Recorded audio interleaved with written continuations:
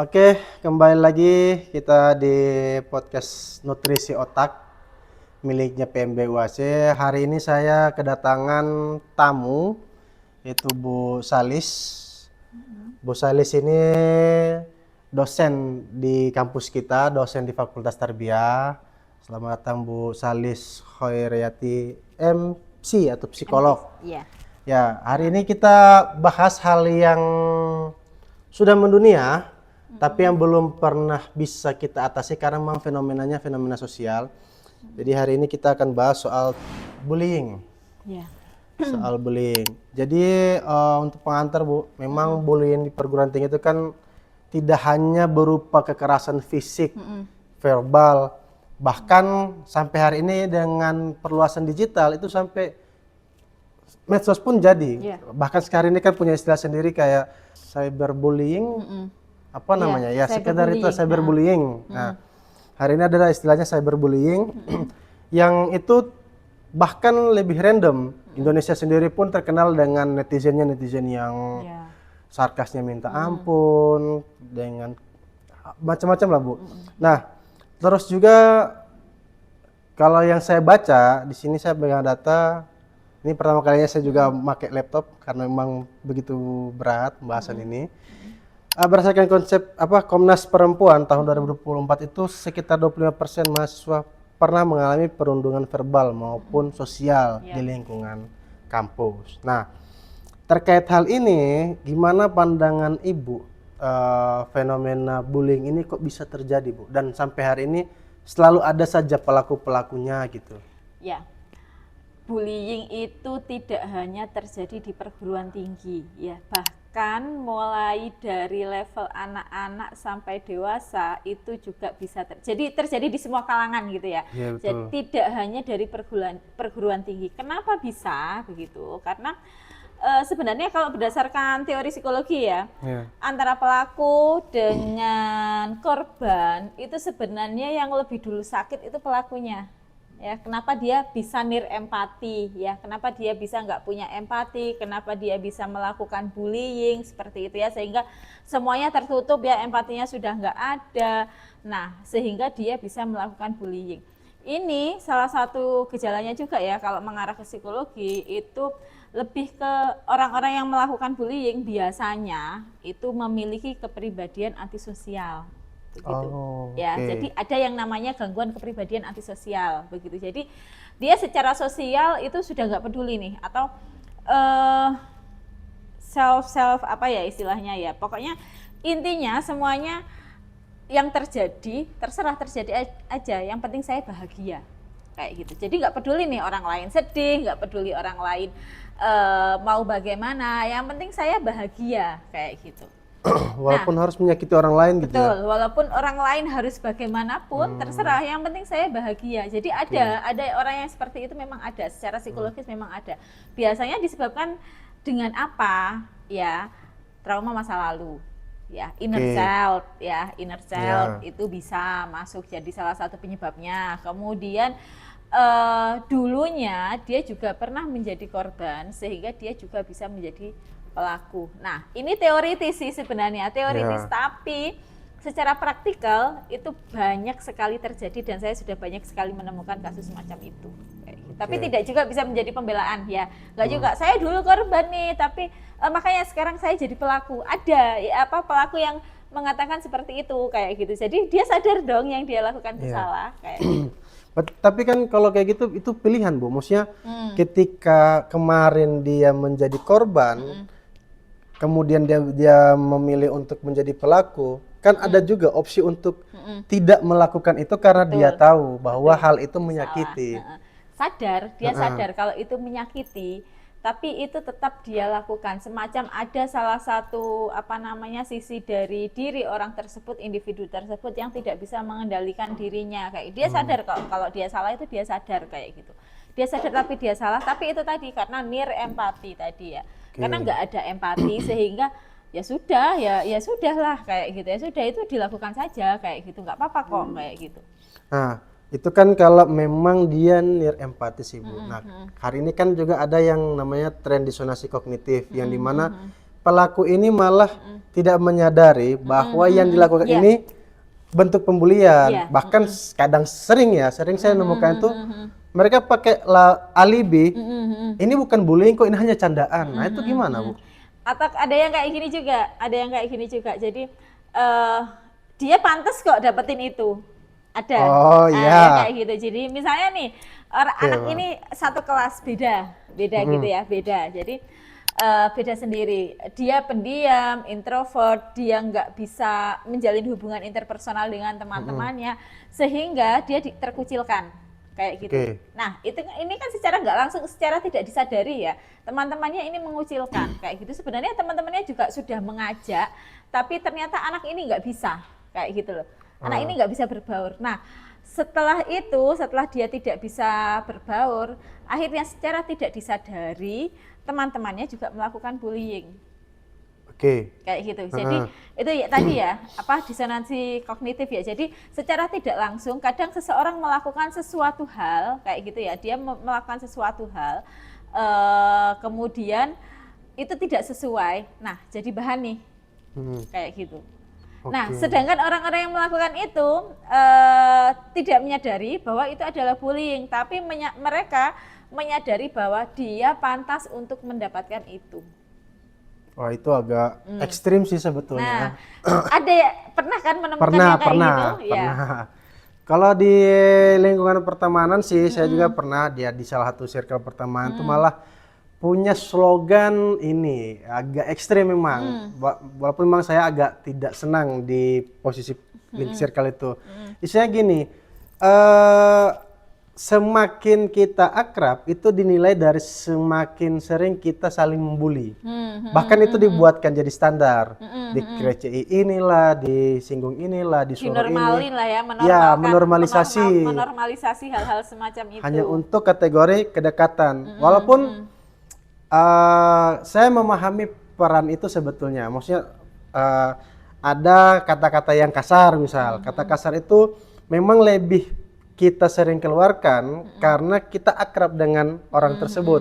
Tapi ketika pembulian, ketika mensarkas dan lain-lain hal ini dinormalisasi, menurut saya itu keliru. Tapi menurut dari kacamata psikologi, kenapa orang ini memakai standar itu dan pada akhirnya si lawan berteman ini tidak bisa melepas circle pertemanannya karena merasa karena gak ada mereka, akhirnya kalau misalnya saya tidak ikuti formula dari pertemanan ini, saya tidak punya teman. Nah, itu gimana kalau menanggapi secara psikologi, Bu?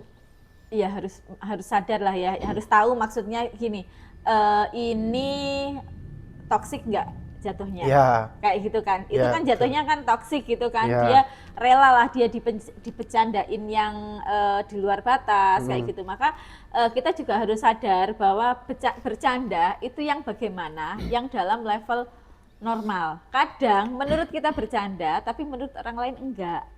Ya, menurut orang lain enggak. Kadang gini, kita lihat nih orang ini dalam kondisi tersudutkan, tertekan dan lain-lain, tapi dia biasa aja kelihatannya. Ya, ada ya kan yang kayak gitu ya. Yang kayak gitu dia biasa aja, dia terlihat enjoy, tapi kita tahu nggak hatinya?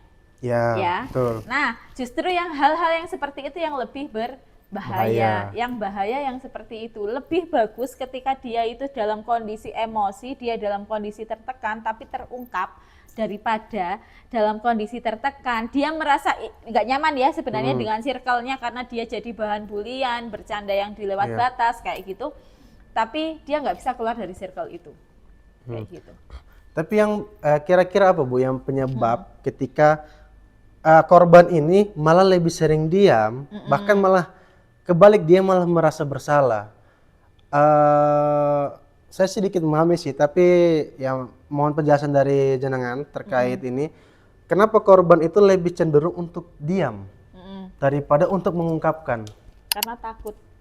Ya, takut. Yang pertama takut, yang kedua karena mungkin ya yang melakukan bullying terhadap dia itu secara otoritas lebih tinggi. Oke, dapat ancaman lah. Nah, bukan ancaman ya, secara otoritas sebenarnya tidak ada ancaman secara langsung ya. Kamu kalau nggak mau nurutin aku nanti kayak gini nih, itu kan bullyingnya anak SD kayak gitu ya. Bullyingnya anak level SD, anak SMP kayak gitu. Secara terang-terangan, kamu kalau nggak mau apa namanya miketin piketku, nanti aku nggak bakalan mau temenan sama kamu. Nah itu anak SD, anak SMP. Tapi pada level lebih tinggi, perguruan tinggi, pada level dunia kerja begitu ya, itu sudah berbeda. Jadi nggak ada ancaman secara langsung nanti kamu nggak tak kasih job loh ya misalnya, atau nanti kamu kalau tugas kelompokan sama aku buat makalah aku nggak mau kelompokan sama kamu, itu nggak ada apa namanya transaksi yang seperti itu kayak gitu. Tapi lebih kepada dia takut kehilangan circle tadi. Kenapa? Karena yang pertama biasanya orang-orang yang terkena bullying itu introvert biasanya. Ya, tapi tidak semua introvert begitu ya, asalkan dia pondasi secara karakteristiknya bagus, dia tidak akan seperti itu. Dan ketika orang itu menyadari bahwa sebenarnya dia kena bully, sebenarnya pasti saya yakin dia ingin keluar dari circle itu, tapi dia nggak bisa. Ya, nggak bisanya kenapa? Karena dia takut kehilangan ya, takut kehilangan kedudukan yang pertama, takut kehilangan circle, dia takut nggak punya teman, takut dikucilkan, kayak gitu. Nah, itu ya, jadi lebih kepada kayak sanksi sosial begitu ya, lebih pada seperti sanksi sosial. Nah, itu sanksi sosial dan sanksi psikologis itu lebih berat daripada sanksi secara fisik sih. Iya, kalau itu saya setuju. Saya setuju. Kalau sanksi fisik itu masih bisa berobat, istirahat, tapi kalau sanksi sosial itu butuh pemulihannya yang sangat apa ya, butuh proses lah, boleh banyak. Betul. Apalagi kalau sudah traumatis, nah itu sudah luar biasa karena dampak bullying itu luar biasa sekali ya, luar biasa sekali dampak bullying. Beberapa klien yang saya tangani ya, saya belum pernah dapat sih yang level perguruan tinggi, yang level di dunia kerja itu saya masih belum pernah dapat ya klien yang seperti itu. Tapi pada level SD, SMP, SMA itu dampaknya luar biasa sekali. Sampai anak itu mengalami halusinasi, saya mengalami delusi. Artinya bagaimana kalau sudah ada delusi? Delusi itu kayak yang dia dengar suara-suara, tapi suara-suara yang menyuruh melakukan sesuatu, tapi sebenarnya nggak ada. Itu cuma pikirannya dia aja kayak gitu. Halusinasi, dia pernah merasakan dia melakukan sesuatu atau ketemu seseorang atau bagaimana, padahal itu nggak ada kayak gitu. Nah kalau sudah pada level itu, nah itu sudah masuk ke ranah gangguan kejiwaan kayak gitu. Saya ingin kejar itu sih Bu. Bullying ini kan ada yang secara langsung, kan hari ini kan memang era-era digital. Pembulian secara langsung dan juga pembulian di media sosial. Kalau secara kasuistik yang jenengan temuilah selama ini, lebih berpengaruh mana dampaknya ketika dibully di media sosial atau secara langsung? Media sosial. Oh, media sosial. Media sosial. Kenapa? Karena yang namanya jejak digital itu sulit sekali dihilangkan ya. Kalau sudah masuk ke media sosial ya, itu kan walaupun kita take down ya kadang ya, kadang masih muncul kayak gitu. Nah, beberapa kasus dari media sosial ya. Tapi ini bullying lebih mengarah ke ranah seksualitas ya. Itu berdampak sekali pada kehidupan korban. Ya, mulai dari dia sampai dikeluarkan dari sekolah ya. Kemudian dia dari bully yang dari media sosial jadi viral ya, viral, kemudian jadi di dunia nyata dia juga dikucilkan, sampai nggak punya teman, sampai bahkan keluarganya harus berpindah kota kayak gitu ya, untuk menghindari omongan-omongan netizen ya, omongan-omongan netizen. Jadi ketika media sosial itu dampaknya lebih luas daripada bully yang dalam lingkup kelas ya. Lingkup satu divisi tempat kerja kayak gitu ya. Kenapa? Karena yang namanya media sosial ini bisa pergi ke seluruh dunia. Kayak kalau gitu berarti saya bisa analogikan, dia kalau bullying media sosial atau cyberbullying itu berarti dampaknya 2 kali lipat, karena di media sosial dia dapat bullying, orang yang lain mendapatkan informasi tentang dia bullyingnya apa. Kemudian sialnya lagi ketemu di dunia realita, ditambah lagi dibully di situ. Misal di jalan dibully. bukan bulinya saja, tapi dampaknya sampai dia dikeluarkan dari sekolah ini kan ancaman terhadap masa depan juga kan?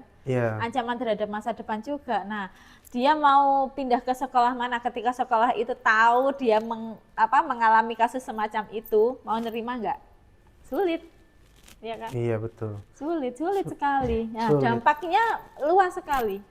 Ya, ketika itu karena yang saya tangani waktu itu bullying dalam ranah seksualitas. Kayak gitu ya, ranah seksualitas ya, artinya kan ada tindakan amoral juga di situ, kayak gitu ya, sehingga kemudian di-up di media sosial seperti itu. Nah, itu masuk bullying nggak? Masuk juga cyberbullying. Gitu. Dan yang mirisnya ya, karena kita ada di daerah untuk undang-undang yang untuk laporan pelanggaran ITE kayak itu tidak bisa ditangani di kabupaten. Bisanya di provinsi, bisanya di Polda. Hanya Polda yang punya alat untuk melacak itu. Ya, misalnya nih ada gambar pornografi yang diposting di media sosial, kemudian menyebutkan bahwa ini bla bla bla seperti itu ya. Artinya kan ada bullying juga di situ. Nah, ini yang bisa melacak, ini gambar ini punya siapa yang pertama kali memposting kayak gitu ya. Itu hanya Polda yang punya alatnya. Sampai saat ini Polres Kabupaten Mojokerto masih belum punya, Polresta Kota juga, Polresta Mojokerto juga belum. Oh begitu. Oke, sebelum lanjut lagi Bu, jangan minum kopi mboten? Ya, gampang lah. Oh ya udah. Oke, nanti kita pesankan kopinya di kafe, karena Bubung juga kampus kita punya kafe. Ini menariknya kampus tapi menyediakan kafe gitu. Nanti kita pesankan kopi brown sugar untuk jenengan. Oke, lanjut Bu. Ini saya ingin dulu ke tadi yang aksesnya hanya ada di Polda. Kalau misalnya untuk ke Polda ini kan masih agak lama. Kira-kira untuk penanganan pertama ini apa dulu? Kalau misalnya agak ribet dengan administrasi, belum lagi kalau misal si korban ini malah tidak tahu soal proseduralnya. Nah, langkah pertamanya apa? Langkah pertamanya kalau ya korban itu ada di kampus kita, ya kalau korban itu ada di kampus kita, bisa melapor ke Satgas PPKS. Ya, Satgas PPKS. Kalau yang kita bentuk memang Satgas PPKS ya, yang kami bentuk Satgas PPKS yaitu Satuan Tugas Pencegahan dan Penanganan Kekerasan Seksual. Tapi ketika yang terjadi bukan kekerasan seksual ya, kekerasan yang lainnya ya, misalnya kayak cyberbullying kayak gitu ya, terjadi bullying juga di kalangan mahasiswa maupun akademik sivitas akademik yang lain begitu ya, itu juga bisa dilaporkan. Begitu. Jadi tidak hanya menangani yang pada kekerasan seksual saja, begitu. Jadi kemarin juga waktu momen DNS ya, DNS juga saya sampaikan. Jadi ketika kalian kesulitan, ingin melapor kesulitan, silahkan langsung ke saya, kayak gitu ya, langsung ke saya. Jadi yang kenal saya langsung ke saya, atau yang tidak punya akses ke saya, coba cari tahu ke teman-teman bisa menemui saya di mana, begitu. Kayak gitu. Supaya rahasia Bang Ati mengutamakan kenyamanan. Betul. Kenyamanan kerahasiaan, kenyamanan itu yang utama ya, pasti dalam penanganan kasus ya. Itu yang pasti ya, walaupun kasus saya sering menangani kasus-kasus besar kayak gitu ya, sampai kasus pembunuhan anak dan lain-lain, tapi nama saya nggak pernah ada di media karena itu menjadi rahasia. Betul, dan memang itu kode etik. Kode etik sebagai psikolog itu seperti itu. Jadi apapun kasus yang ditangani itu tidak boleh di-up, apalagi ke entah media massa ya, entah media sosial seperti itu. Tapi kalau berbicara dalam hal general seperti ini, itu diperbolehkan. Ini kan kalau tadi kita berbicara di kampus kita, dan kebetulan di segmen sebelumnya saya tuh wawancara dengan mahasiswa yang terpilih sebagai King dan Queen DNS, itu mengakui bahwa memang di kampus kita selama proses DNS kemarin tidak ada sama sekali mereka merasakan yang namanya bullying ataupun semacamnya. Nah, ini kalau di kampus, Bu. Nah, kalau berbicara di luar, misalnya di masyarakat umum lah. Ketika di masyarakat umum, apa yang harus mereka lakukan atau siapa yang harus diceritakan. Kadang kan mereka memang diam sendiri. Mau ngomong itu ya takut nanti dimarahi, takut malah ditambah dirundung. Tapi ketika mereka harus berbicara, itu ke siapa paling baiknya? Oke, ke anak-anak dulu ya sebelum ke orang dewasa ya. Ketika ada anak-anak yang mengalami bullying dalam bentuk apapun, ya kan macam-macam ya bentuknya bullying itu kan macam-macam, bisa fisik, psikis, seksual, ya cyberbullying tadi kayak gitu. Bisa speak up-nya kemana? Ya minimal cerita ke orang dewasa yang dia bisa percaya. Oke. Kayak gitu ya, orang dewasa. Artinya orang dewasa yang bisa dia percaya itu siapa? Kayak gitu. Nah, itu bisa siapa saja. Oke, makasih Mbak. Oke. Sudah ini aja. Jadi bisa siapapun. Oke, makasih. Sip. Nah. Oke, jadi tidak harus orang tua. Bahkan kadang anak-anak itu ini ngomong sama orang tuanya sendiri itu takut, kadang kayak gitu. Iya sih. Ya, ada yang seperti itu ya, ada yang dia lebih nyaman sama orang lain. Nah, itu ada yang seperti itu kayak gitu. Nah, kemudian ketika ketika orang dewasa bagaimana? Coba cari teman yang bisa sebagai tempat curhat. Kayak gitu ya. Curhat. Nah, itu harus. Kenapa kok kita harus punya tempat curhat? Karena seseorang yang punya permasalahan secara psikis itu dia harus meluapkan itu. Kayak gitu, harus diomongkan. Nah, bahasa psikologisnya katarsis, ya. Katarsis. Oke. Betul. Ya, katarsis itu peluapan emosi. Kadang ya kita kalau punya masalah, kita curhat ke teman, cerita panjang ya, didengarkan tanpa mendapatkan solusi, itu sudah long gitu ya. Lega di hatinya. Sudah lega ya. Nah, itu perlu peluapan emosi. Oke. Kayak gitu ya. Jadi selain untuk peluapan emosi, juga setidaknya ada orang yang tahu bahwa kita mengalami itu. Ya.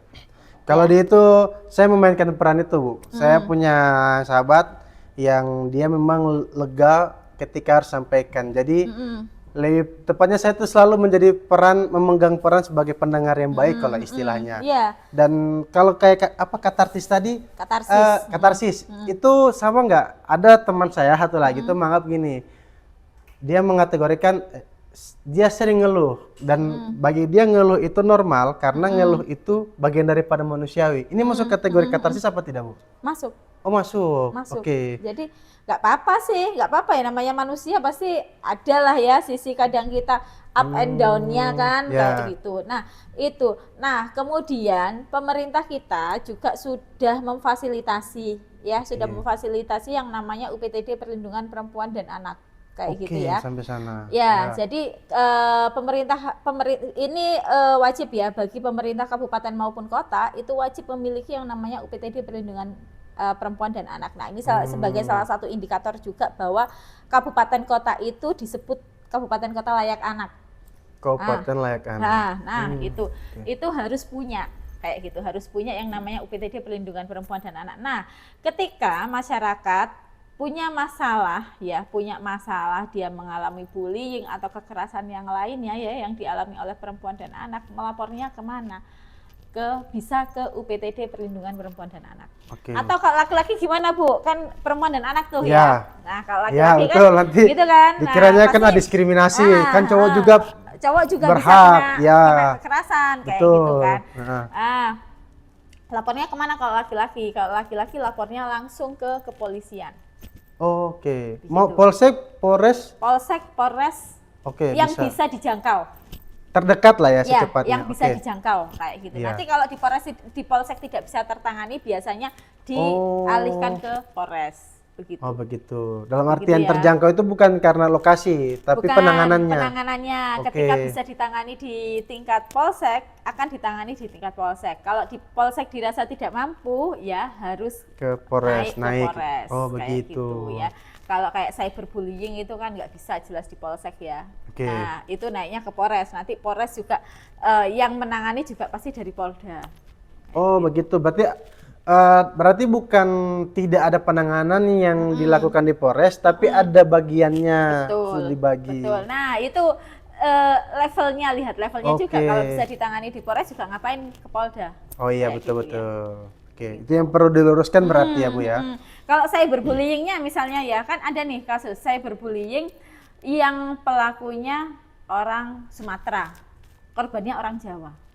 Oke, nah Nah, itu gimana tuh? Yang menangani siapa tuh? Kayak gitu iya, kan. kalau itu jelas Nah, ya paling nggak Polda. iya, paling nggak Polda. Iya. Kayak gitu. Atau kalau Polres bisa punya link yang bisa dia ke sana, ya nggak apa-apa. Tapi Polda minimal atau Mabes. Oke, Gitu ya. oke. Jadi pengalaman saya yang mengalami menangani kasus seperti itu sejauh ini paling jauh ya ditangani Mabes.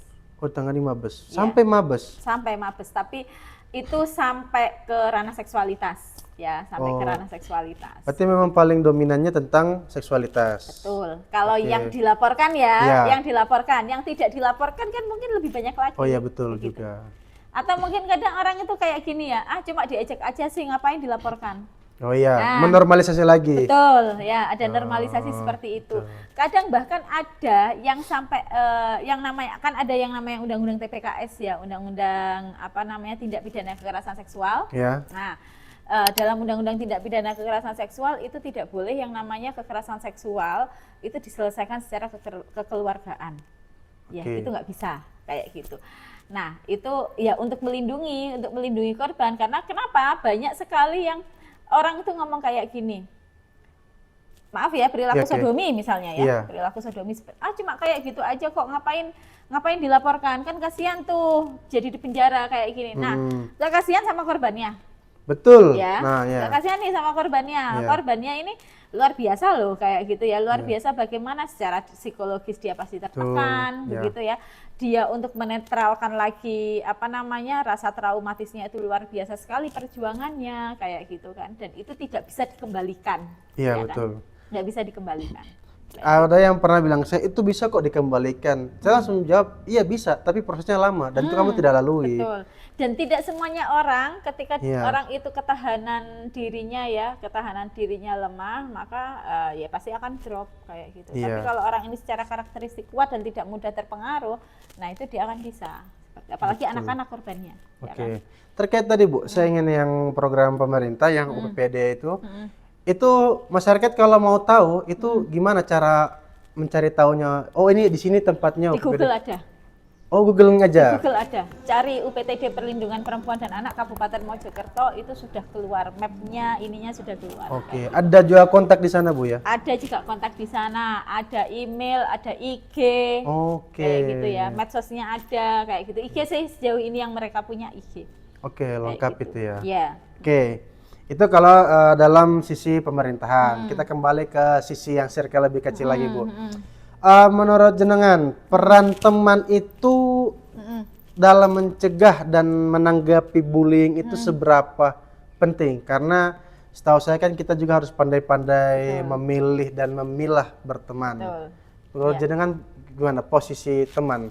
Penting Bahkan sekali ya. kalau ini Bu ada yang teman itu kadang tidak harus sama gender, ada yang harus berbeda gitu karena kenyamanannya. Nah, tapi kalau beda gender kita juga harus hati-hati. Betul Ya, harus sekali. hati-hati kalau Ya. beda gender gitu Ya. ya.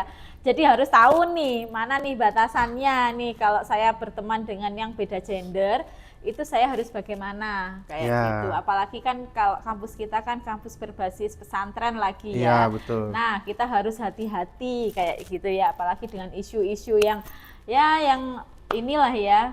Apalagi kalau yang dekat misalnya dosen sama mahasiswa, nah ini lebih sensitif lagi kayak gitu ya. Makanya kita hati-hati, ya nggak apa-apa sih, sah-sah aja asalkan kita tahu batasan kayak gitu ya.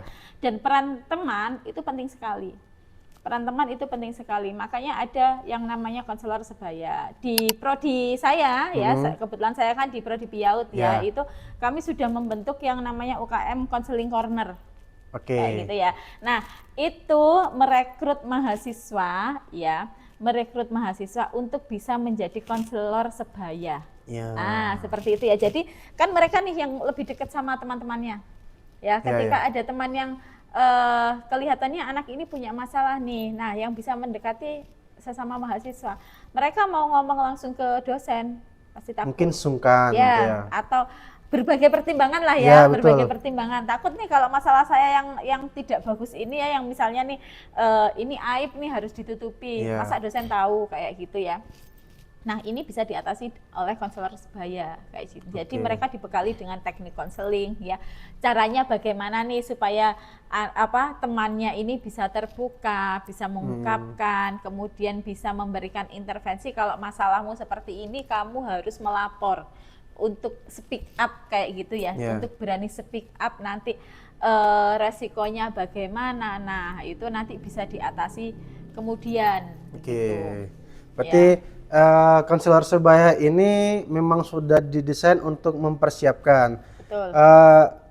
Kan kalaupun insya Allah tidak akan terjadi, sudah ada unitnya. Ketika tidak, paling tidak ini menjadi skill untuk si mahasiswanya yang bisa diteruskan gitu Bu ya.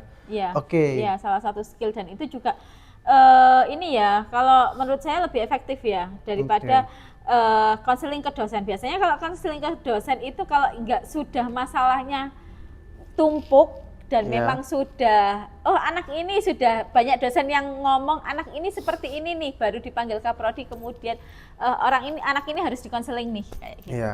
Nah, itu baru ke dosen, biasanya kayak gitu. Oke. Tapi kalau mereka tiba-tiba aja curhat ke dosen, ada sih beberapa mahasiswa yang seperti itu, tiba-tiba chat, Bu, saya putus nih Bu sama pacar saya kayak gini. Ini real ada. Iya, betul.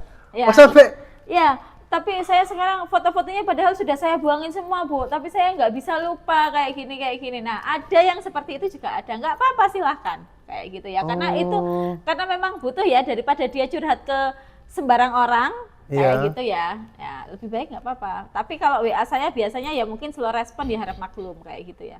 Oke. Ini saya ingin ngembangkan dikit nih. Kita kan tadi bicara soal pelaku dan korban. Padahal kalau realita misal di lingkungan kecil saja, itu tidak hanya ada pelaku dan korban, bahkan ada pemeran tambahan lah, yang mereka tidak melempar sebuah ocehan, bullying, tapi mereka ikut tertawa, melihat ya wes tertawa, ada juga yang diam. Nah, kalau yang diam ini kan mungkin terkategori dia takut lah, nanti setelah dibully mungkin baru dia mendekati si korban untuk menenangkan. Tapi posisi orang yang menertawakan hal yang dibully ini masuknya apa Bu kalau dalam psikolog? Gini, itu apa ya istilahnya, bystander ya, bystander kalau nggak salah. Jadi saksi ya, saksi. Jadi saksi adanya bullying, dia melihat loh, tapi dia tidak melakukan apa-apa, bahkan dia kadang ikut ngetawain. Ya, kayak gitu ya. Sering gitu. Ada yang dia merasa bahwa kasihan nih orang ini dibully, tapi dia diam. Ada yang kayak gitu ya, tapi dia diam kayak gitu. Nah, beberapa begini, kadang manusia itu kan butuh validasi ya. Nah, kadang manusia itu butuh validasi. Biasanya pada orang-orang yang seperti ini. Nah, orang yang gini, orang yang melakukan bullying itu pasti otoritasnya lebih tinggi. Gitu ya, walaupun mereka misalnya sesama mahasiswa begitu ya. Tapi otoritasnya lebih tinggi, bisa jadi senior atau bisa jadi dia orang yang paling dominan nih di kelas. Kayak gitu ya, orang yang paling dominan di kelas kayak gitu. Nah, yang ikut menertawakan, yang dia ada bullying, dia diam saja. Ini biasanya orang-orang yang butuh validasi. Kenapa? Karena dia takut ketika dia membela si korban, maka dia akan diperlakukan sama dengan korban. Nah, itu yang pertama. Yang kedua, karena memang dia nggak punya otoritas gitu loh. Dia nggak punya otoritas sehingga dia juga takut misalnya dia takut membela ya, dia takut untuk membela, kemudian ketika yang ikut tertawa tadi ya, ketika dia membela maka dia akan dikeluarkan dari circle itu kayak gitu. Nah, itu bisa jadi yang menyebabkan ya, kenapa kok dia sudah tahu nih kalau ini sudah ada bullying, tapi kok dia masih ini ya, masih nggak nolong ya kayak gitu. Kalau itu kan terkait sisinya lah. Nah, kalau jenengan selama ingin mengatasi korban dan pelaku, otomatis kan korban tetap penanganan utama, pelaku juga ini kan harus diberikan penanganan supaya tidak melakukan lagi apa yang dilakukan. Nah, Kalau korban, kalau yang saya tangkap kan otomatis pendampingan, pengembalian mentalnya dan sebagainya. Nah, kalau untuk pelaku, apa yang dilakukan ke pelaku, Bu? Untuk misalkan pasti si pelaku ini punya sensasi lah, Ya, kesenangan sendiri. ada kepuasan Iya, tersendiri dia kepuasan ketika melakukan bulian. bullying. Nah, kalau untuk menangani si pelaku ini gimana, Bu? Untuk menghilangkan dampak yang selama ini dibuat. Oke. Maka kalau saya sebagai psikolog Iya. saya sebagai psikolog itu harus dilakukan asesmen dulu agar kita Oke. tahu orang ini, agar tahu dinamika psikologisnya. Ya, namanya dinamika psikologis. Dinamika psikologis itu proses apa yang terjadi sehingga seseorang bisa melakukan hal tersebut. Oke. Kalau biasanya kalau pada kasus-kasus yang lain misalnya kayak kasus pembunuhan begitu ya, kasus yang lain-lain kekerasan seksual itu ada yang menangani namanya psikolog forensik. Oke, iya. Nah, begitu ya. Jadi psikolog forensik itu untuk yang menangani pelaku sebenarnya begitu. Tapi kalau ditanya pernah nggak menangani pelaku? Pernah, beberapa pada pelaku anak. Pelaku dewasa juga pernah 1 kali kalau pelaku dewasa. Jadi kita harus mencari dinamika psikologisnya dulu. Kenapa kok orang ini bisa melakukan hal tersebut kayak gitu. Baru nanti kita bisa tahu langkah penanganan apa yang bisa diambil untuk mengatasi masalah itu kayak gitu. Oke. Karena masing-masing orang ya, misalnya nih sama-sama pelaku bullying kayak gitu ya. Beberapa orang sama-sama dia melakukan bully, dia juga melakukan bully, tapi bisa jadi langkah intervensinya beda. Karena dilihat dari latar belakangnya, dilihat dari dinamika psikologisnya tadi, itu beda. Artinya nanti langkah penanganannya juga beda. Sama pada korban juga seperti itu. Oke.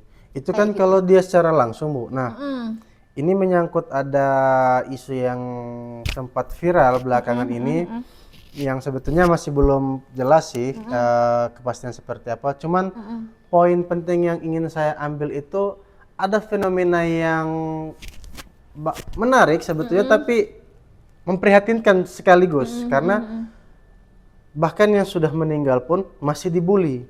Nah, ini saya tidak bisa mencerna, Bu, kok bisa ada orang yang membuli orang yang sudah tidak ada. Nah, satu itu saya tidak tahu fenomena seperti apa kok bisa masih membuli orang yang sudah tidak ada. Kedua, menangani orang yang seperti ini, apalagi dia di media sosial, menangani pelaku-pelaku seperti ini, itu gimana, Bu?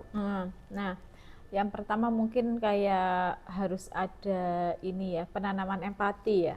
Penanaman empati. Kalau pada lembaga, pada perguruan tinggi seperti kita, memang kita perlu memberikan materi adanya kita ini harus punya empati loh. Padahal kayak dulu waktu SD ya, waktu SMP ada pelajaran PPKN. Nah, itu penting kalau menurut saya ya, penting karena dasar kita, dasar negara saja udah Pancasila ya. Di situ ada kesatuan, ada ya sudah macam-macam ada di situ ya. Nah, empati, seseorang yang ketika seorang nggak punya empati, ya pastinya jatuhnya akan seperti itu, kayak gitu. Orang yang tidak bisa menerapkan sendiri, misalnya nih yang terjadi pada orang lain seperti ini, kalau terjadi pada saya bagaimana? Nah, ya itu. Kemudian itu sih. Kemudian sekarang manusia ya individu. Sekarang kan era digital ya, era digital, era media sosial. Maka kita harus berhati-hati dalam menggunakan media sosial, begitu ya, karena yang namanya media sosial itu ya pasti bisa diakses seluruh dunia, begitu ya, bisa diakses seluruh dunia. Sekarang peristiwa yang ada di pelosok saja seluruh dunia bisa tahu loh gara-gara media sosial ya. Maka kita harus bijak menggunakan media sosial. Apapun yang kita lakukan ya melalui media sosial, yang kita posting ya, itu kita harus berhati-hati. Ini bisa mencederai sebuah lembaga atau enggak? Kayak gitu ya. Ini bisa menyinggung seseorang atau tidak? Kayak gitu ya. Jadi kadang gini, kita pergi aja ya, kita pergi piknik kayak gitu ya. Kita posting, kita lagi piknik di sini nih, padahal kita tidak berniat menciderai siapapun ya. Kita cuma pengen share ini loh, keluarga saya lagi di sini. Cuma pengen kayak gitu aja ya. Nah, tapi kadang ada orang lain yang melihat itu ada perasaan iri, ada perasaan yang lain-lainnya, begitu kan ya, kita nggak tahu. Kayak gitu. Maka kita harus sangat-sangat berhati-hati dengan penggunaan media sosial itu, kayak gitu. Oke. Ya, jadi banyak beberapa ini ya, akhir-akhir ini juga banyak kasus yang pada mahasiswa karena postingan di media sosial, nah itu menciderai beberapa pihak. Jadi ada, bukan menciderai ya, terjadi permasalahan dengan pihak-pihak yang lain. Dan itu masalah yang cukup rumit kayak gitu loh. Betul, Ya, betul. jadi maka sekarang kita harus hati-hati dalam menggunakan media sosial. Nggak apa-apa jadi influencer, nggak ada yang larang kayak gitu Ya, ya. Tapi dalam berkonten kita juga harus tahu konten ini positif nggak, dampaknya bagaimana kayak gitu. Maka sekarang ketika saya melakukan parenting ya, seminar parenting pada orang tua, anak-anak sekarang kan cita-citanya itu tambah ya. Ya. Dulu kan cita-cita Ya. dokter, Ya, guru, polisi, ya. kayak gitu Betul. kan. Pilot. Nah, pilot. Kalau anak-anak sekarang pengennya jadi konten kreator. Betul. Nah, Ya. anak-anak sekarang pengennya jadi konten kreator. Maka edukasinya bagaimana? Kalau kamu jadi konten kreator, jadilah konten kreator yang baik. Ya, yang baik itu luas ya, istilahnya baik. Baik itu tadi ya, yang kamu posting tidak menciderai orang lain, yang kamu posting itu bermanfaat, begitu ya. Yang kamu posting itu bukan sesuatu yang negatif, yang bisa kembali pada dirimu sendiri, kayak gitu. Karena dampaknya media sosial ini luar biasa sekali. Oke, kayak betul. Gitu. Oke, sebelum kita lanjut Bu, ini monggo silakan diminum dulu. Iya. Tadi sempat saya jempil yang jenengan bilang ada kaitannya dengan iri terhadap postingan. Nah, tadi malam itu saya sempat buka medsos, kemudian di IG lebih tepatnya, saya menemukan fenomena baru juga gini. Jadi ada satu netizen, dia itu iri dengan pencapaian satu konten kreator. Kemudian karena iri tersebut, ini asumsi pribadi saya. Karena dia iri dengan pencapaian si konten kreator ini, akhirnya dia memaki-maki, menghujat, membuli semua dalam postingan itu. Nah, kemudian si konten kreator merepost apa yang di komennya itu di postingan selanjutnya. Jadi VT. Ya, jadi VT baru. VT baru. Kemudian unggahan ini malah menjadi bahan oleh netizen yang lain beramai-ramai, berbondong-bondong untuk menyerbu, membuli dia. Jadi kan ini menjadi lingkaran setan menurut saya. Satu, dia iri kemudian membuli. Kemudian satu orang lagi ini memanfaatkan, silahkan untuk netizen yang mulia, yang budiman, silahkan mengambil tempat dan waktu untuk menghujat si netizen satu ini sebagai fans. Nah ini gimana Bu? Karena jujur menurut saya, wah ternyata ada ya, ada dan ini jadi lingkaran setan yang menjadi normalisasi gitu. Betul. Iya, jadi fenomenanya sekarang kan begitu. Maka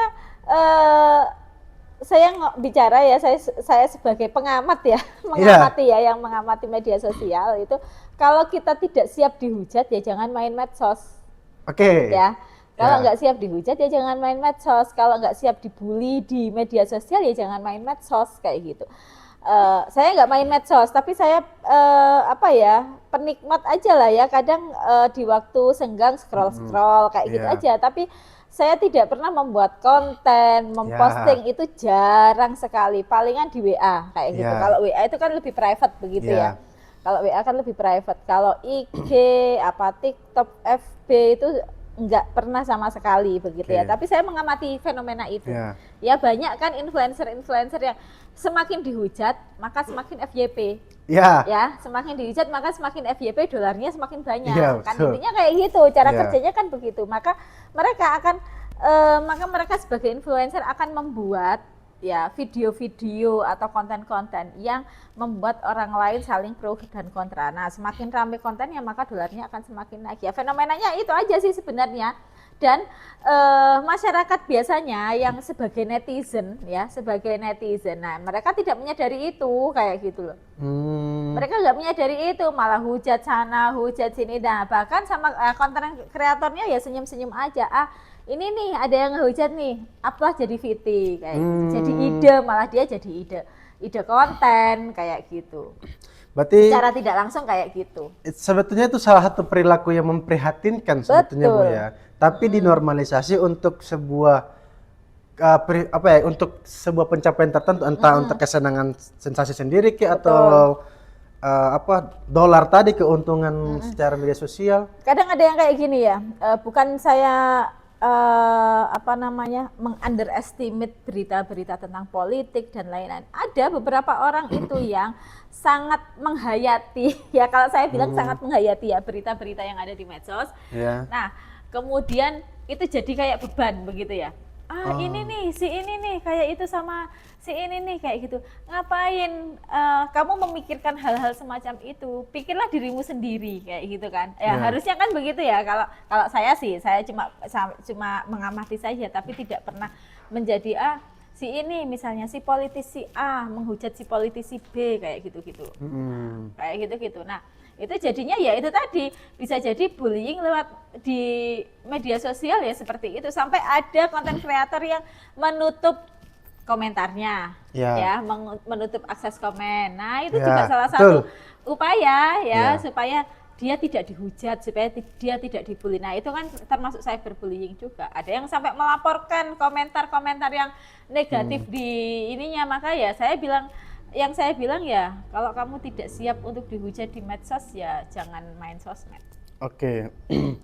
Kalau dari jenengan selaku psikolog lah, dari kacamata psikolog, apa peran ataupun apa pesan yang ingin Ibu sampaikan ke teman-teman untuk bagaimana untuk mahasiswa yang lebih peka terhadap lingkungan?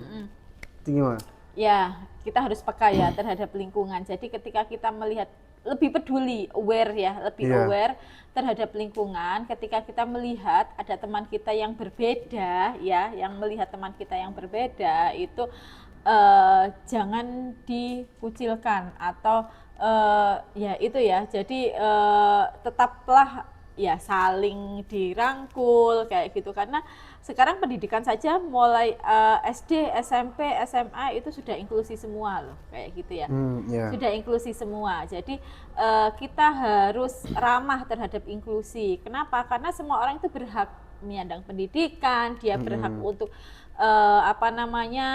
untuk maju, untuk berkembang. Mereka semua berhak. Kita punya hak yang sama. Cobalah ketika ada teman yang berbeda, tidak hanya berbeda secara fisik misalnya ya, dia disabilitas secara fisik misalnya, atau dia disabilitas secara intelektual. Mahasiswa kita dulu kan ada ya yang disabilitas, tapi teman-teman mahasiswa, teman-temannya ini luar biasa aware. Ya, karena waktu itu kebetulan jadi anak bimbingan saya waktu KKN. Nah, itu teman-temannya yang menjaga. Kita siap, kalian siap nggak jagain? Siap, saya siap Bu, jagain Bu di kampus saya, di tempat KKN kami siap jagain. Nggak usah dikembalikan ke kampus, karena waktu itu pihak kampus khawatir akan ada masalah ya di tempat KKN, sehingga akan ditarik untuk KKN di kampus saja sendiri, karena memang dia disabilitas kayak gitu. Tapi teman-temannya luar biasa. Nah, ini loh ya, aware tidak hanya terhadap teman-teman yang disabilitas, tapi aware terhadap permasalahan di sekeliling kita kayak gitu. Kalau kita melihat misalnya ada mahasiswa saya juga yang dia diam sekali, ya diam sekali. Memang mungkin ada disabilitas intelektual, tapi mungkin tidak terdeteksi ya, kayak gitu. Teman-temannya skripsi sudah selesai semua, dia tertinggal. Ayolah dibantu. Ya, kami para dosen ini dibantu. Dia kesulitannya di apa? Kalau penelitian coba dibantu diantar kayak gitu. Jangan dibiarkan sendiri begitu kan, kasihan begitu ya. Nah, dia juga waktunya lulus sama kayak kalian kayak gitu ya, ingin lulus sama-sama kayak gitu. Ayo dibantu, kesulitannya di mana begitu. Iya Bu, kita bantu kayak gitu. Nah, jadi tidak hanya mahasiswa juga ya, mungkin para dosen juga bisa mengarahkan ya, bisa mengarahkan para mahasiswanya, terutama mungkin para pimpinan prodi begitu ya, bisa lebih dekat dengan mahasiswa, kemudian bisa mengarahkan, yuk, nah itu kenapa tuh, ayo didekati kayak gitu ya. Jadi lebih aware terhadap lingkungan, ini juga bisa mencegah ya, mencegah peristiwa-peristiwa yang tidak diharapkan, langkah preventif itu. Oke, berarti untuk informasi Bu, kira-kira di kampus kita ini langkah preventif apa saja yang sudah dilakukan, kemudian mungkin sekaligus dengan SOP-nya ketika terjadi seperti ini, untuk khususnya kan ke apa tadi PPKS ya. langkah preventif yang jelas ada sosialisasi. Okay, ya, okay. Sosialisasi ini para dosen yang ditunjuk itu memang saya sebagai koordinator Satgas PPKS itu meminta tolong kepada para dosen ketika masuk di kelas. Kalau sosialisasi di forum saja sekali mungkin lewat gitu aja, begitu ya. Nah, kami membutuhkan langkah preventif yang lebih dekat dengan mahasiswa. Selain tadi ya ada counseling corner, ada kan ada ruangannya counseling corner juga ada begitu ya. Kemudian mahasiswa sebagai teman sebaya begitu ya, konselor sebaya, juga dosen yang mensosialisasikan pada setiap perkuliahan. Begitu ya. Jadi memang saya menitipkan kepada beberapa dosen terutama pimpinan prodi untuk sedikit memberikan sosialisasi. Ini loh ada Satgas PPKS, atau ketika kalian punya masalah, ayo bisa datang ke Satgas PPKS atau minimal bisa ngobrol dengan kaprodi masing-masing kayak gitu. Berarti itu cara kampus untuk melakukan, dan ini budaya yang dibangun untuk membuat kampus ini aman. Betul. Oh iya, karena ini mengrelate dengan segmen kemarin dari mahasiswa King dan Queen-nya yang menyampaikan bahwa memang merasa aman dan nyaman, tidak ada pembulian sama sekali ketika di NS. Padahal identiknya kan ketika di NS atau ospek itu bullying dan sebagainya, tapi di sini tidak gitu. Sudah nggak musim lah ya kayak gitu. Iya, kalau zaman saya dulu lah masih kayak gitu ya. Kalau betul, sekarang sudah enggak ya. Ya sudah tidak zamannya lagi. Oke Bu, untuk langkah kecil menurut saran jenengan, langkah kecil kan tidak semua orang itu berani dan bisa membuat tindakan yang besar. Betul. Paling tidak kan kita mulai dulu tindakan-tindakan kecil. Nah, saran Ibu apa ke teman-teman untuk tindakan kecil ini seperti apa? Gini. Untuk korban bullying dulu. Ya, untuk korban bullying. Banyak korban. Kenapa kok bisa jadi korban? Iya. Karena representatif. Ya, representatif kalau saya bilang. Kenapa? Karena orang yang tidak representatif jadi korban, dia akan menentang. Kayak gitu ya. Jadi dia nggak akan jadi korban bullying. Kenapa? Karena ketika dia dibully, dia bisa melawan. Kayak gitu ya. Jadi misalnya nih, dia dikucilkan, nah dia fine aja, dia happy aja, nah dia nggak bakalan jadi korban bullying kayak gitu. Nah tapi ketika dia ditekan, ketika dia dikucilkan, dia terpuruk, dia menangis dan lain-lain, dia merasa itu dia akan terus dibully. Maka ketika kalian ya para mahasiswa merasa kalian menjadi korban bully, ketika kalian dibully, dilawan ya, dilawan asal tidak dengan kekerasan. Ya, kalau bahasanya anak-anak nih, kalau saya ngajarin anak saya misalnya ya, kalau kamu misalnya ada temenmu nih minta uang saku, kamu minta buat, kalau cuma sekali kamu neraktir nggak apa-apa, tapi kalau tiap hari itu nggak boleh. Ya kayak gitu, jadi harus menolak kayak gitu loh ya. Sama sih pada mahasiswa juga seperti itu. Jadi ketika kamu sudah merasa kamu nih jadi korban bullying, aku kok kayak gini ya, temanku kok toksik ya kayak gini ya, kayak gitu ya. Harus misalnya harus berangkat kuliah harus bareng. Nah ini sudah toksik nih. Ya berangkat kuliah harus bareng ya, kemana-mana harus bersama. Kalau kamu sudah jadi sahabatku, kamu nggak boleh berteman sama orang lain kayak gitu. Kalau dia ya mahasiswa masih ada yang kayak gitu loh. Ya mahasiswa masih ada yang kayak gitu. Nah ketika kamu sudah merasa pertemanan itu toksik, kamu harus keluar dari situ kayak gitu. Kenapa? Karena itu sudah nggak sehat. Ketika itu diteruskan, ketika itu dituruti, maka pelaku bullying ini akan merasa yang dia lakukan adalah benar. Gitu ya. Jadi tadi disonansi kognitif, nggak merasa nih kalau saya melakukan bullying kayak gitu. Nah kenapa? Karena kamu menormalisasinya. Kamu fine aja, kamu nggak apa-apa, kamu ngikutin alurnya kayak gitu. Jadi ketika sudah merasa ini bullying, jangan diikuti alurnya, ayo keluar kayak gitu. Atau minimal kamu bisa speak up. Itu ya. Nah kemudian pada lingkungan ya, lingkungan yang melihat terjadinya bullying, ya ngomong harus berani ngomong, harus berani speak up kayak gitu ya. Itu yang pertama. Yang kedua, coba kalau bisa keluarkan, atau kalau tidak bisa bertindak apapun, laporkan. Gitu ya. Kalau tidak bisa bertindak apapun, saya nggak berani Bu misalnya, saya nggak berani itu kayak gini, atau misalnya yang melakukan itu dosen misalnya ya, yang melakukan itu dosen, yang melakukan misalnya petinggi kampus misalnya, saya nggak berani. Nah, ayo atau orang tidak dikenal gitu kan? Atau orang yang nggak dikenal, orang ada dikenal loh di luar, kayak gitu. Ya. Ada yang seperti itu kayak gitu. Kemarin ada, bener ada, tapi polisi pinter ya, tertangkap akhirnya. Beberapa kali, dua kali kekerasan seksual itu orang asing yang melakukan. Tapi korbannya banyak. Oh gitu. Kayak gitu. Korbannya banyak, tertangkap juga kayak gitu. Atau pada orang yang nggak dikenal, ya ayo speak up kayak gitu. Berarti ketika misal melihat aksi pembulian itu di luar, kan kita bicara tidak hanya di kampus sih, bukan karena bullying di mana saja.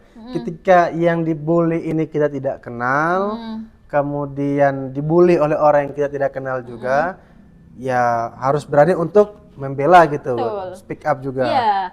Atau kalau memang jadi korban ya dilawan. Oh, Ya dilawan kayak gitu. Makanya saya bilang yang jadi korban bullying biasanya orangnya representatif bagaimana, diolok-olok diem aja, ya diketawain dia nangis kayak gitu loh. Yeah. Diketawain dia nangis kayak gitu. Kalau digodain kita kebal aja ya, yang godain malah ini kan keder juga yang godain ya kan. Iya, betul. Iya kan.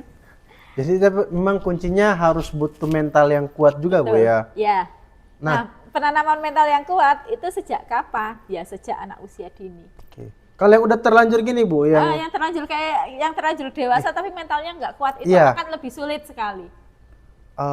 Sulit sekali karena pembentukan karakteristik itu mulai anak usia dini sampai anak-anak itu remaja. Nah, pembentukannya begitu. Kalau sudah dewasa mentalnya nggak kuat, nah ini susah. Kayak gitu, itu susah. Bisa sih, bisa, tapi butuh waktu lebih lama daripada yang anak. Oke. Kayak gitu.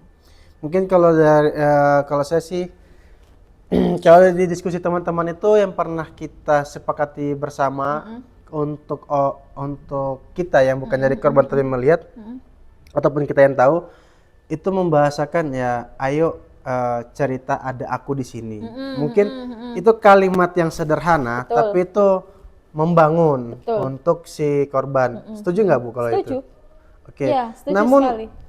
Namun belakangan ini, bukan belakangan, ya sempat saya ketahui juga kata ini kadang malah disalahgunakan juga oleh predator, oleh ini kan ayo cerita ke aku gitu. Tapi yang tadinya mau apa ya, dia menggunakan alibi itu malah untuk memangsa. Ini kan lebih.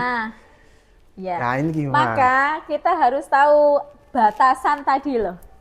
Ya balik lagi ke sana ya. Balik lagi ke sana. Kita harus tahu batasan ya. Kita harus tahu batasan. Kalau curhatnya ke lawan jenis, batasannya di mana kayak gitu. Bahkan sekarang nggak lawan jenis aja. Sekarang predator, pelaku kekerasan seksual sesama jenis itu banyak juga, dan korbannya tidak hanya anak-anak, bahkan orang dewasa kemarin ada yang jadi korban. Korban kekerasan seksual sesama jenis. Perempuan dengan perempuan. Nah, ada ya. Perempuan yang punya disorientasi seksual ya. Itu kekuatannya lebih kuat daripada laki-laki yang sesungguhnya. Percaya nggak? Wow. Ini agak merinding dikit ini, maksudnya saya baru sama juga, laki-laki juga begitu ya. Laki-laki yang disorientasi seksual, kekuatannya juga luar biasa. Polisi yang gede-gede, yang badannya gede-gede, tinggi besar, intel yang gede-gede kayak gitu aja kalah. Kalah secara fisik, maksudnya secara tenaga fisiknya begitu ya, nggak tahu tenaga mereka itu dari mana begitu.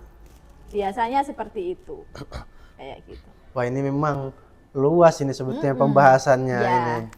Kalau ini kita udah mau segmen terakhir sih Bu, karena kita udah lumayan lama. Kalau dari jenengan, kira-kira memberikan pesan apa gitu ke netizen ataupun ke mahasiswa lah? Ya tidak hanya untuk mahasiswa sih, untuk masyarakat yang bisa menjangkau YouTube ini. Apa pesan yang ibu sampaikan? Pesan supaya tidak terjadi bullying, begitu ya. Untuk tadi ya, untuk korban bullying, ayo jadi manusia yang kuat ya, karena kita tidak bisa bergantung dengan siapapun ya. Kita harus bergantung pada diri kita sendiri. Maka kita harus berani, harus kuat, apalagi perempuan ya. Perempuan ketika saya bertemu dengan korban perempuan ya, kamu harus bisa melindungi dirimu sendiri karena siapapun tidak bisa melindungi kamu. Begitu. Maka ketika kamu menjadi korban bullying, kamu harus bisa membela dirimu sendiri. Ayo dilawan. kayak gitu ya. Kenapa? Karena ketika ada bullying diikuti, maka itu akan terjadi secara terus menerus, maka akan semakin parah bullyingnya kayak gitu ya. Jadi itu tadi ya, ketika terjadi bullying pada kita ya harus dilawan. Ketika terjadi bullying di lingkungan kita harus speak up. Itu sih ininya, pesannya. Ya, keren. Ya. Keren. Jadi kalau mungkin ya, kalaupun saya mencoba untuk menyimpulkan, walaupun saya tidak begitu ahli, tapi paling tidak dari selama perbincangan kita ini, intinya ya tetap masuk dengan tagline kita hari ini, yaitu stop bullying, stop cycle, stop empati. Karena empati juga ini menurut saya agak-agak berat juga, bukan kalau orang tidak punya empati itu susah untuk menangani. Kemudian kampus sudah berusaha untuk menciptakan ruang aman. Betul. Otomatis tidak hanya kampus saja yang menciptakan ruang aman, tapi personal kita sendiri bisa menjadi ruang aman untuk orang lain, tapi membatasi terkait gender tadi. Betul. Biar tidak salah gitu ya. Oke, dan kita kayaknya perlu juga untuk menggalakkan bahwa di kampus kita ini memang 100% bukan zonanya bullying, dan itu harus digalakkan untuk teman-teman yang lain. Kalau dari saya, mungkin kalau pesan, mungkin kita tidak bisa mengubahnya sekaligus. Paling tidak kita bisa memulai menjadi teman yang peka lah terhadap lingkungan tadi yang sudah jenengan bahas. Mulai peka terhadap lingkungan. Ya, peka, aware kepada mulai lingkungan. aware yang terjadi di lingkungan itu bagaimana kayak gitu. Membedakan mana ini baik atau benar atau memang pantas, itu perlu. Jadi untuk teman-teman sekalian, memang kita tidak bisa membahas ini semuanya terkait bullying dan lain-lainnya. Nanti kalau memang tertarik, kita bisa kali Bu ya, ada episode selanjutnya atau part selanjutnya kita bahas pengembangan tentang bullying. Tapi untuk kali ini, episode kali ini saya rasa cukup Bu. Nanti bisa kita lanjut di lain waktu. Oke, kita akhiri UIC, Pursuing Knowledge, Shaping Morality, Nurturing Wisdom. Terima kasih Bu untuk waktunya. Sama-sama. Dadah.